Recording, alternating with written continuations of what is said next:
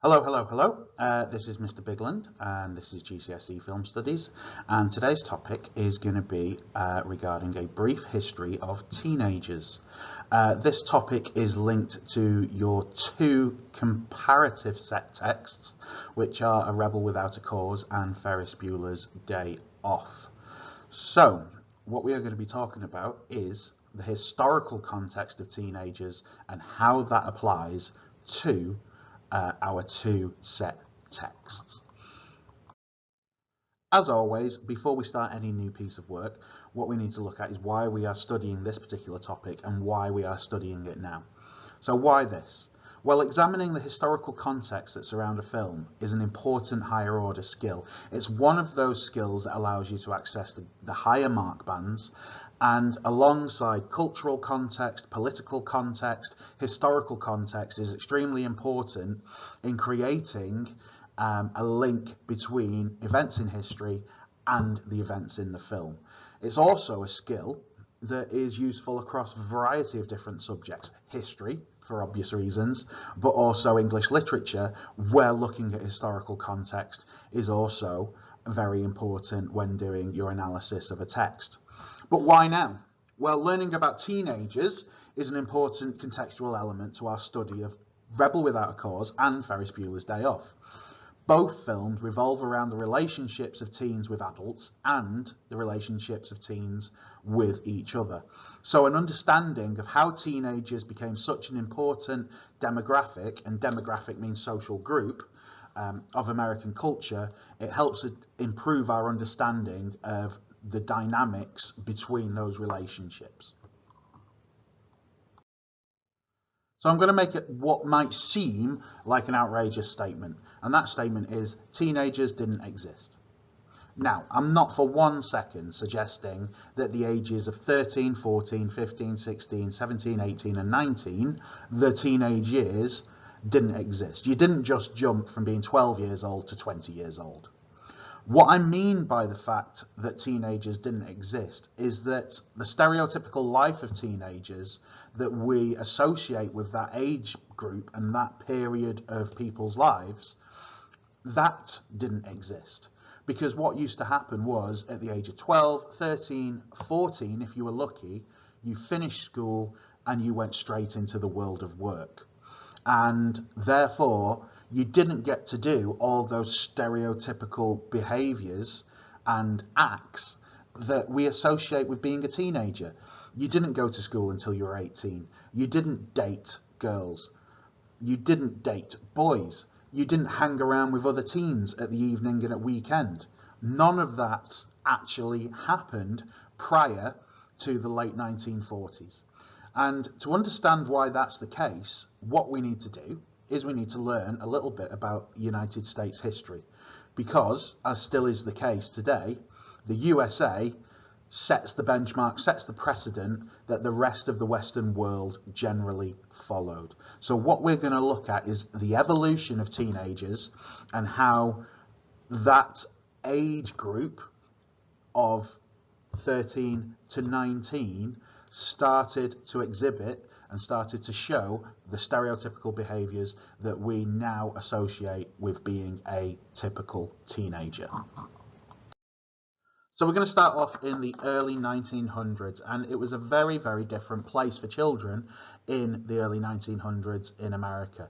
For example, there were no child labour laws, and what that meant was that there was no minimum age requirement for children to be sent to work. So that means children as young as 10, 11, 12 were working in factories, mills, farms, and quite often some other very dangerous professions.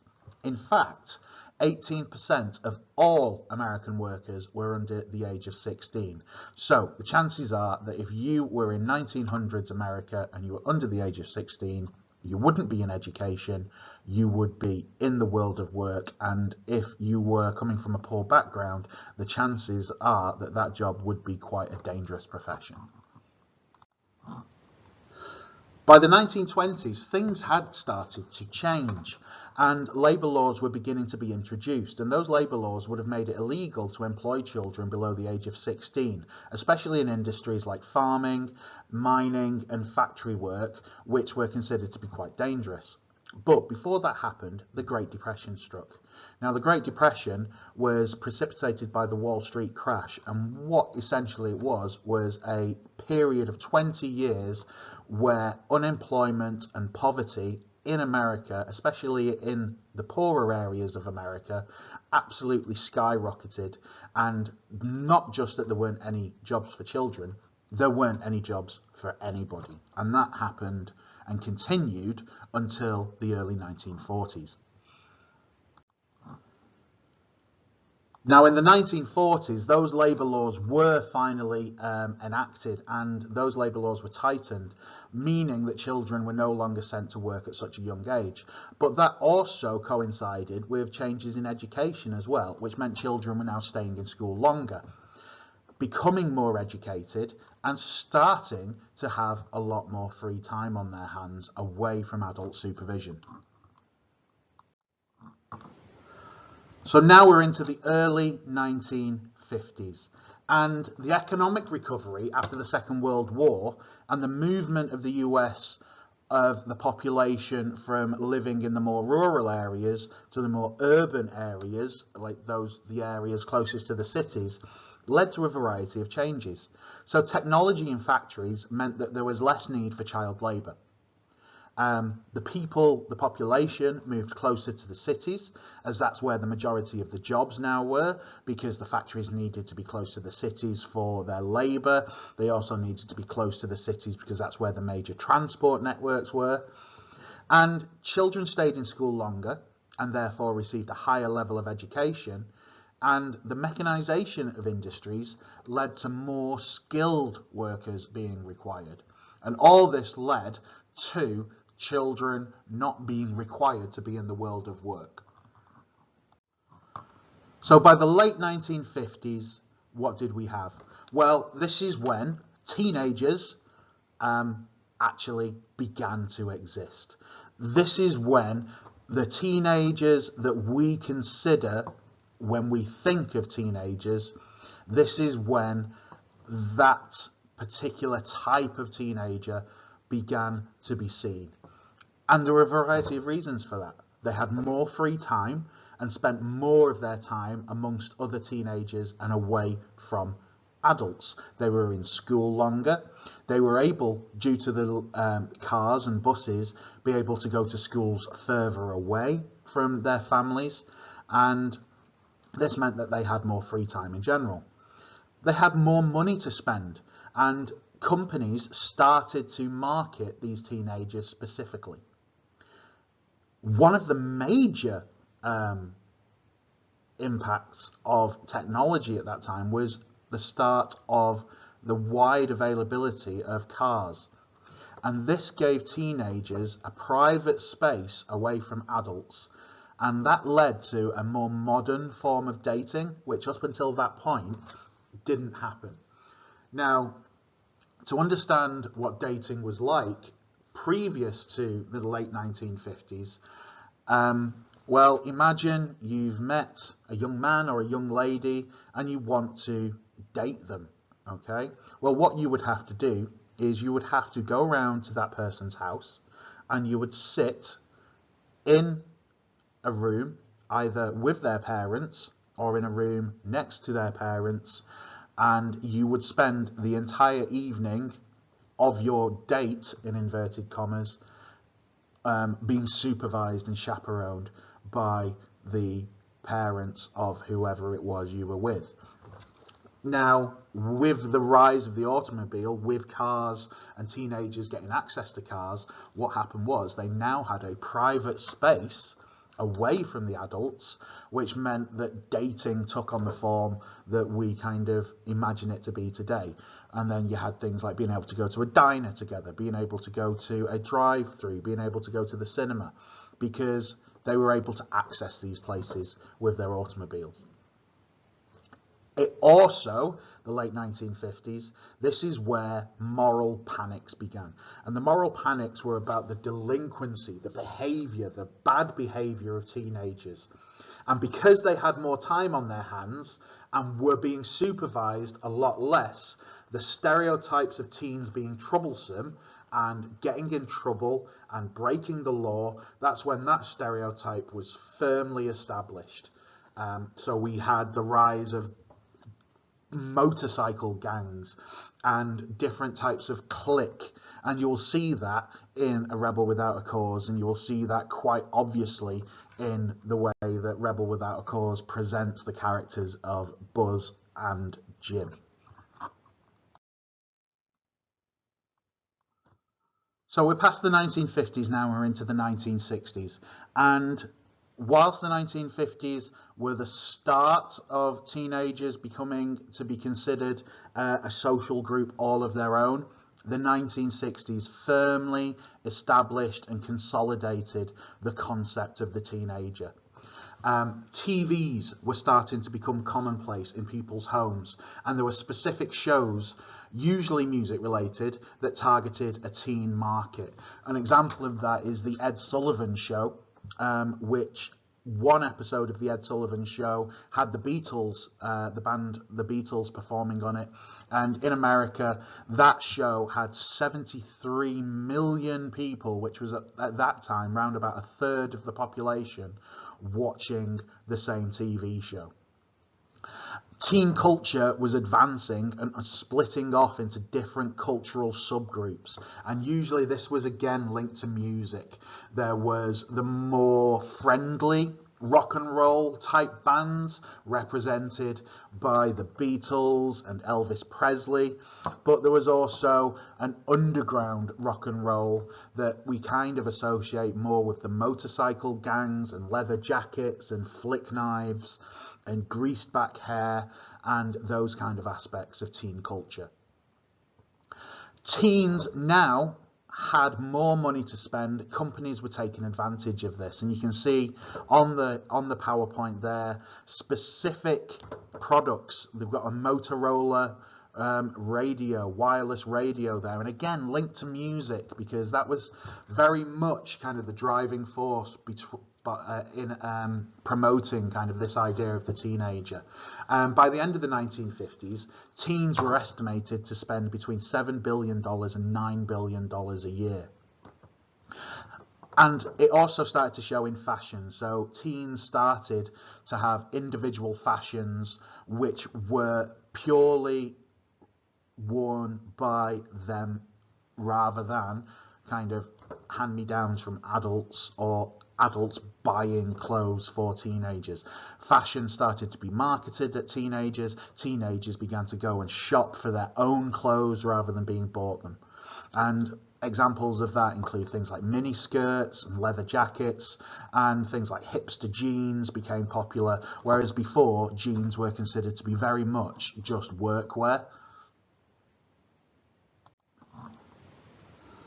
So we're going to skip ahead now because, well, the 1970s were a bit dull and nothing really changed in terms of the way that teens were thought of.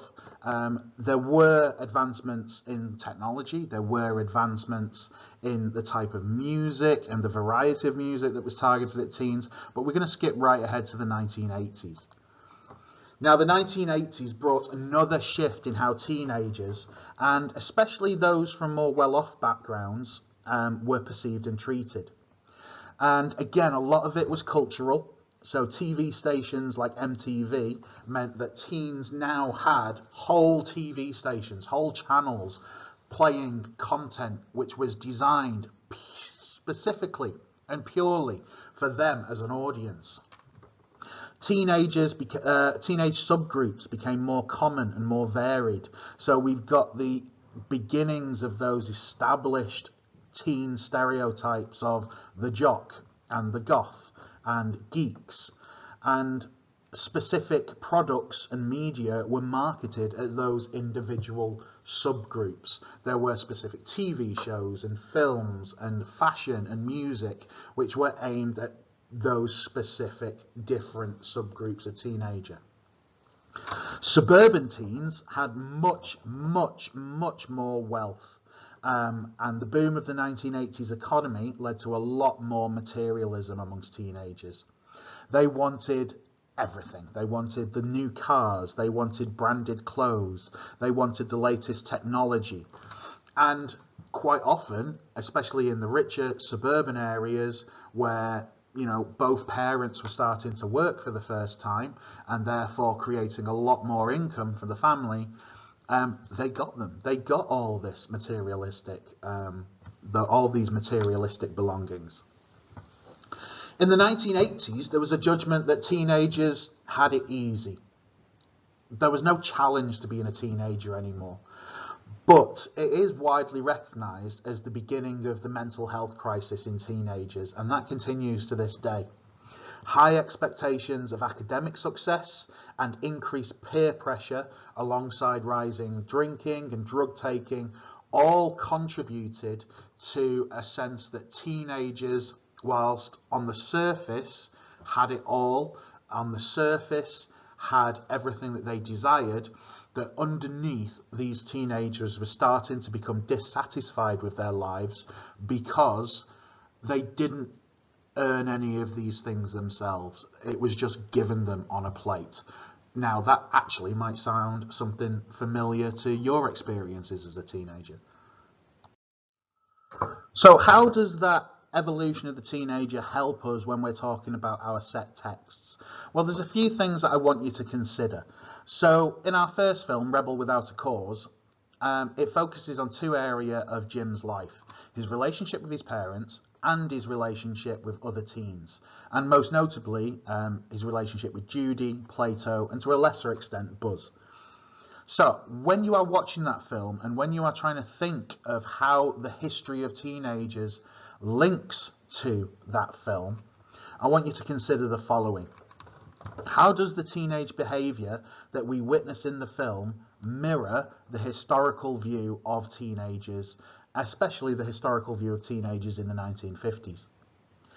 How does Jim's relationship with his parents link to the historical context of teens being given more freedom? Now remember, that is, in the 1950s, it was teens becoming free and having all that extra spare time. So how does that historical context link to Jim's relationship with his parents?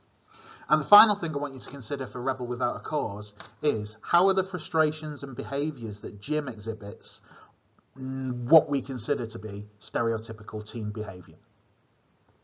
We see Jim do a variety of rebellious acts, as the title of the film would suggest, but we also see him exhibit some quite dangerous acts, violent acts. So how do those acts, how do those behaviours, how do those frustrations exhibit what we consider to be stereotypical teen behaviour? Now, for Ferris Bueller's Day Off, which also focuses on two areas of teen life, which is Ferris's relationship with his peers, with other teens again, most notably Cameron and obviously Sloane, his girlfriend, but it also looks at Ferris's relationship with authority. And that authority is represented mainly by Principal Rooney, but also by Ferris's parents. So what I want you to think about when looking at Ferris Bueller's Day Off with regards to historical context is, how does the teenage behaviour that we witness in the film mirror the historical view of teenagers? How does Ferris's relationship with authority link to the historical context of teens being dissatisfied with their lives? And finally, how is the 1980s view of teens being materialistic, how is that reinforced within the film? So these are the points that we can talk about with regards to historical context for our two set texts.